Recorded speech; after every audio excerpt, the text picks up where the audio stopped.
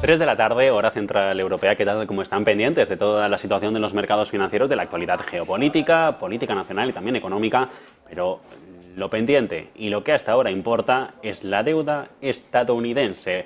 Análisis de la tarde que precisamente arranca por Washington por esa rebaja crediticia de Fitch Ratings a la AAA estadounidense, ese retiro de la máxima calidad para la primera economía del mundo que, por cierto, ha enfadado a algunas voces dentro del Capitolio. De hecho, la secretaria del Tesoro, Janet Yellen, ha dejado caer que es una decisión arbitraria, diciendo que los criterios de Fitch no son del todo lo positivos que ellos esperan. En caso es que por lo general, y el problema que parte de base, es que los estadounidenses esperan ser en muchos casos los primeros en todo. La rebaja de la calificación de la deuda del país por segunda vez, lo que sacude es el orgullo estadounidense y el sistema financiero global. Fitch ha despojado en las últimas horas a Estados Unidos de su calificación crediticia soberana de primer nivel el 1 de agosto, hace apenas unas horas, haciéndose eco de un movimiento que hace más de una década ya puso en marcha S&P Global Ratings. Ambas rebajas, impulsadas por amargos enfrentamientos sobre los préstamos de la nación, lo que dan cuenta, para los libros de historia, es que el impacto en los mercados financieros puede ser real, puede tener cierta sensibilidad, pero suele ser de corta duración, aunque la medida podría generar más y más batallas políticas entre republicanos y demócratas que hasta junio tenían un problemón sobre ese techo de la deuda. El caso es que la razón por detrás está en el por qué. ¿Por qué Fitch, ahora 10 años después de que lo hiciera S&P, decide que la calificación crediticia de Estados Unidos, la que tenían hasta ahora, esa AAA, ya no es la que se adecúa a los posibles impagos a los que pueda hacer frente el país? El caso es que todo parte de cómo está inundando el mercado de papel Estados Unidos, de esas emisiones milmillonarias de deuda estadounidense, y por el otro, de esa batalla bipartidista que parece que en más de una ocasión ya nos va dejando unas guerras mucho más frentistas en cuanto al techo de deuda se refiere. Fitch dice que la rebaja de apenas un paso, no mucho más, de calificación a la AA positiva, refleja una erosión de la gobernanza que se ha manifestado, y es la razón que esgrimen, en los repetidos enfrentamientos de límites de deuda y resoluciones de última hora. Eso se debe a que cada pocos años, de manera repetitiva, a través de una política de propia creación, Estados Unidos se enfrenta a una perspectiva de incumplimiento del pago de la deuda. Una ley que data del 17 de 1917, que condujo a un límite agregado fijo en dólares para los préstamos, el techo de la deuda, que solo puede aumentarse por acuerdo del Congreso y del presidente. Ese espectro se cirnió sobre Estados Unidos durante la primera mitad del 23, cuando el país creció peligrosamente, cerca de un límite de deuda de casi 31,4 billones con B de dólares, y los políticos se quedaron sin tiempo para resolver toda esta crisis. El enfrentamiento se resolvió a finales de mayo. El techo, el límite, estaba el 5 de junio, pero alimentó incertidumbres sobre el compromiso de los líderes estadounidenses, los políticos, de dejar de lado la retórica arriesgada y cumplir con lo que deben cumplir con el mercado, con los pagos de bonos sobre una carga de deuda que no deja de crecer en este contexto y mucho más después de la pandemia y en este momento de paquetes de ayudas financieras hacia Ucrania. El caso es que de AAA pasamos a esa AA positiva, pero ¿de qué hablamos? ¿De qué estamos hablando cuando ponemos sobre la mesa este signo positivo junto a las dos iniciales? La calificación AA positiva está un nivel por debajo, un peldaño, un escalón por debajo de la AAA, lo que significa que Estados Unidos ya no tiene lo que Fitch define como calidad crediticia más alta, si bien dice que las posibilidades de una expectativa de riesgo de impago por parte de Estados Unidos, de incumplimiento de pago, son muy bajas. Eso es un paso por debajo de la expectativa más baja de riesgo de incumplimiento a los prestatarios AAA. De manera similar, la calificación más alta se asigna solo a casos de capacidad excepcionalmente fuerte, que al parecer hasta ahora la tenía Estados Unidos, pero que poco a poco la está perdiendo, para cumplir todo esto con los compromisos financieros, mientras que estas puntualizaciones, estos puntuajes crediticios de nivel AA indican una capacidad muy fuerte, pero no la más fuerte, y en ese adverbio está toda la diferencia. A nivel mundial, Fitch es considerada la más pequeña de las tres grandes calificadoras. Están Fitch, está Moody's y está S&P. Las empresas calificadoras evalúan de base la fortaleza financiera de los emisores de deuda, incluidos gobiernos, y otorgan una puntuación crediticia que la clasifican según su capacidad para cumplir con los pagos. Los inversores, a menudo, y este es uno de los problemas, confían en las calificaciones crediticias más altas cuando compran bonos y cuando hacen sus evaluaciones, lo que puede desempeñar un papel clave en cuánto de interés paga un prestatario para recaudar fondos en los mercados de capital. Aún así, las tasas de interés de Estados Unidos se mantienen bajas por la demanda del dólar estadounidense, la moneda de reserva mundial y de los bonos de tesoro, que se consideran el activo libre de riesgo de referencia en el mundo. ¿Qué significado tiene este recorte de deuda para los mercados? Bien, cuando S&P, por poner un ejemplo en la historia, recortó la calificación crediticia del gobierno estadounidense, esto es en 2011, alimentó la preocupación por la economía de Estados Unidos en un momento en el que Europa estaba en la crisis de deuda soberana más importante de toda su historia, desde la fundación y el inicio de la moneda comunitaria del euro hace 20 años. Aún así, la medida tuvo poco impacto a largo plazo y lo estamos viendo. El resultado temporal está sobre la mesa. Los inversores se volcaron con los activos estadounidenses, los rendimientos de la deuda pública disminuyeron, entraba capital.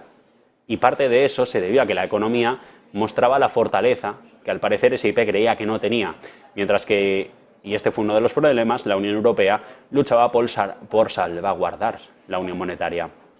Esta vez, los mercados financieros también están preocupados por la economía estadounidense, pero la atención se centra en el ciclo de aumento de tipos de interés, el más agresivo en décadas para la Reserva Federal, con el único objetivo, el único foco puesto en sofocar una inflación que de momento remite, pero no tanto como se esperaba o como se podría esperar, ya habiendo subido los tipos en más de 500 puntos básicos.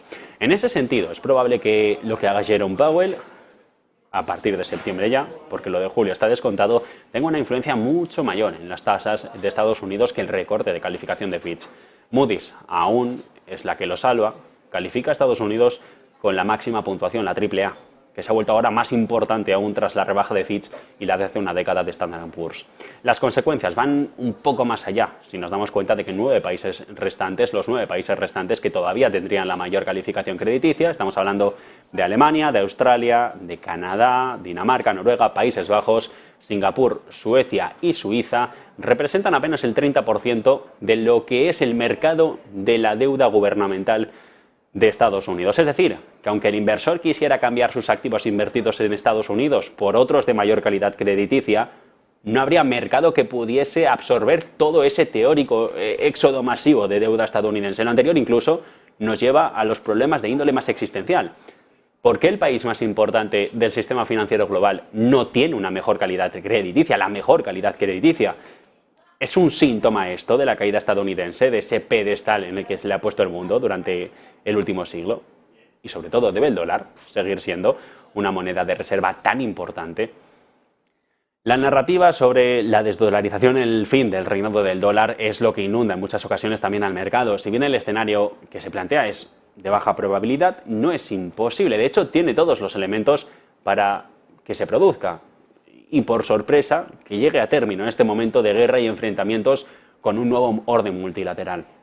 Ahora bien, si se llega a concretar en algo, la volatilidad a corto plazo aumentaría de una manera importante, aunque a medio lo más probable es que las cosas terminen por regresar a la normalidad. Y entre la palabra normalidad cabe una que puede ser incómoda para los mercados financieros, con un Estados Unidos que a día de hoy puede sangrar más que otra cosa tras estas rebajas de calificación. Pendientes de todo esto, Fitch reduce esa calificación crediticia cuando es el país el que va a inundar de papel los mercados financieros. Es Estados Unidos el que ya ha confirmado que va a aumentar el tamaño de la venta trimestral de deuda a largo plazo por primera vez en 2 años y medio. Pone así a prueba el apetito de los operadores del mercado en medio de esas necesidades de endeudamiento. Va a vender el Tesoro, ya lo ha confirmado, 103.000 millones de dólares en valores a más largo plazo en sus llamadas subastas de reembolso trimestrales la próxima semana, que abarcan bonos de Tesoro a 3, a 10 e incluso a 30 años. Esto es más de los 96.000 millones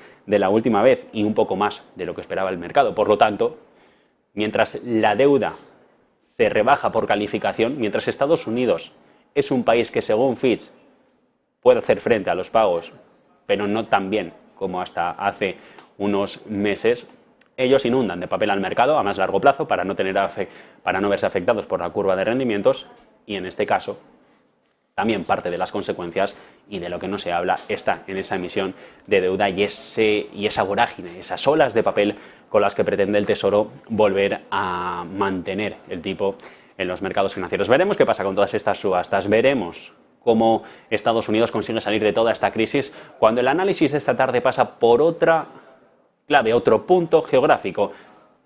y la crisis de África, de Níger. El derrocamiento del presidente Mohamed Bazoum en este país de África Central, organizado por el general Chiani, que parece haber excluido desde entonces a algunos de los oficiales que participaron en la declaración de destitución del mandatario nigerino, ha resultado en una transformación política en la región, de tal forma que ya son 6 estados, los que comprenden una franja desde el Océano Atlántico hasta el Mar Rojo, los que están siendo gobernados por juntas militares. La Comunidad Económica de Estados de África Occidental, en este caso, que actualmente agrupa a 11 diferentes estados de la región, ha reaccionado con más dureza a este golpe que anteriores, como se han producido desde 2020 en Mali, en Burkina Faso o en Guinea.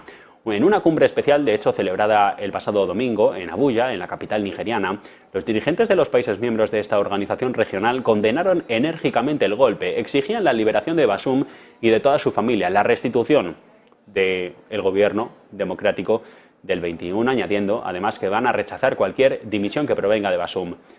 Fijó un ultimátum para de aquí a una semana, expira el 6 de agosto, para restablecer el orden constitucional, decían ellos en el comunicado en Níger, tras lo cual la organización podría recurrir al uso de la fuerza. Esto es lo que entrecomillaba, recurrir al uso de la fuerza, aunque no decían de qué tipo. La amenaza hipotética de una intervención militar en Níger por parte de los países comunitarios se amplificó hace unas horas, este pasado lunes, cuando el jefe del Estado Mayor de la Defensa de Nigeria, Christopher Musa, declaró que el ejército nigeriano estaría dispuesto a intervenir en cuanto recibiera la orden. Ante la formación de un eje democrático, se dicen ellos, comprometido con el retorno de Bazoum al poder, las juntas militares de Mali y de Burkina Faso han firmado conjuntamente un comunicado en el que advierten de que cualquier intervención militar contra Níger equivaldría a una declaración de guerra también contra estos dos países. Por su parte, el Comité Nacional de Reconciliación y Desarrollo de Guinea ha advertido contra las consecuencias de una intervención militar en Níger. Dos bloques que puede que terminen por enfrentarse de aquí a no tantos días. Cuestiones estratégicas, socioeconómicas, sobre la mesa para lograr las aspiraciones de conseguir ser el país de referencia en el centro de África. Argelia, que comparte una frontera de casi 1000 kilómetros con Níger, también ha condenado enérgicamente el golpe a través de su ministro de Asuntos Exteriores y de su presidente, Tebboune, hace nada. Ha hecho un llamamiento al retorno al orden constitucional durante una reunión hace unos días en Talón. Sin embargo, todavía no ha puesto en marcha ninguna sanción. Un equilibrio de fuerzas que en África poco a poco se va generando en torno a este golpe de Estado en Níger, este derrocamiento de Mohamed Bazoum al frente del país tras las elecciones de abril del 21. Pendientes de todo esto, se abre un nuevo frente de conflicto geopolítico en esta zona del mundo a menudo olvidada en muchas ocasiones por los titulares. El caso es que por aquí pasa una de las claves y el análisis de esta tarde y termina en América Latina. Ayer lo hacíamos en Estados Unidos, hoy lo vamos a hacer un pelín más abajo. Se esperaba que Brasil, por ejemplo, uno de los mercados emergentes más ágiles, más agresivos para aumentar los tipos de interés, comenzara a reducirlos a lo largo de la jornada de hoy, ya que América Latina se beneficia de haberse movido más rápido que el G7 para combatir a la inflación. De hecho, la mayoría de los economistas son los que piensan que las tasas del Banco Central de Brasil van a reducir la referencia ahora al 13,75% en al menos un cuarto de punto y posiblemente vayan más allá. Chile ya lo hizo, se convirtió el viernes pasado en la primera gran economía latinoamericana en reducir los tipos tras la pandemia, recortando los costes de los préstamos en un punto porcentual. Lo reducía al 10-25%, lejos de esas tasas que tenemos aquí en Europa o en Estados Unidos, donde están un pelín más altas, sobre los 5 puntos porcentuales, un pelín más, 5,25%. Pero ahí está el titular sobre la mesa. América Latina, la primera en ponerse en lucha contra la inflación, la primera en parecer declarar la victoria. En una serie de movimientos agresivos que comenzaron en marzo del 21, los reguladores brasileños elevaron la tasa desde el mínimo histórico del 2%, contrarrestando los efectos inflacionarios del gasto público y de los recortes de tipos desencadenados en respuesta a la COVID. La Reserva Federal de Estados Unidos no comenzó a subir los tipos hasta un año después, en marzo del 22, y el Banco Central Europeo, más lento que ningún otro, endureció la política por primera vez en julio del año pasado. Tras alcanzar los máximos de dos dígitos, entonces, el crecimiento de los precios al consumidor en la economía más grande de América Latina se desaceleró al 3,2% interanual hasta junio, por debajo de la meta oficial de este año. En Chile, la inflación general es del 7,6%, casi la mitad del pico. Llegaron a tocar en agosto del año pasado el 14,1%. Una estricta política monetaria, la de Brasil, que puede haber restringido la economía, sí, pero no ha acabado con el crecimiento. Los economistas mejoran cada vez más sus pronósticos después de un primer trimestre inesperadamente fuerte para un sector clave en la economía brasileña como es el agrícola, y después de que Citi haya comunicado que espera que el Producto Interior Bruto, el PIB, se expanda sobre el 2,3 este año. México, la segunda economía más grande de América Latina, también se enfrenta a un desafío, pero en este caso diferente. Estrechos vínculos con la economía estadounidense, que ha mantenido una inflación generalmente alta, del 5,1% si miramos a dato de cierre de junio. Allí todavía es bastante difícil decir hacia dónde va a ir, sobre todo por el fuerte impulso que tienen los servicios. Los economistas esperan que el Banco de México lleve a cabo y empiece también recortes de tasas hasta diciembre. Luego se espera que reduzca en solo 1/4 punto. Y el caso paradigmático, Argentina, que destaca como una excepción entre las grandes economías. La afición del gobierno por imprimir dinero para financiar los gastos públicos, los tipos de cambios oficiales fuertemente distorsionados han avivado la inflación. Allí está el 115% interanual.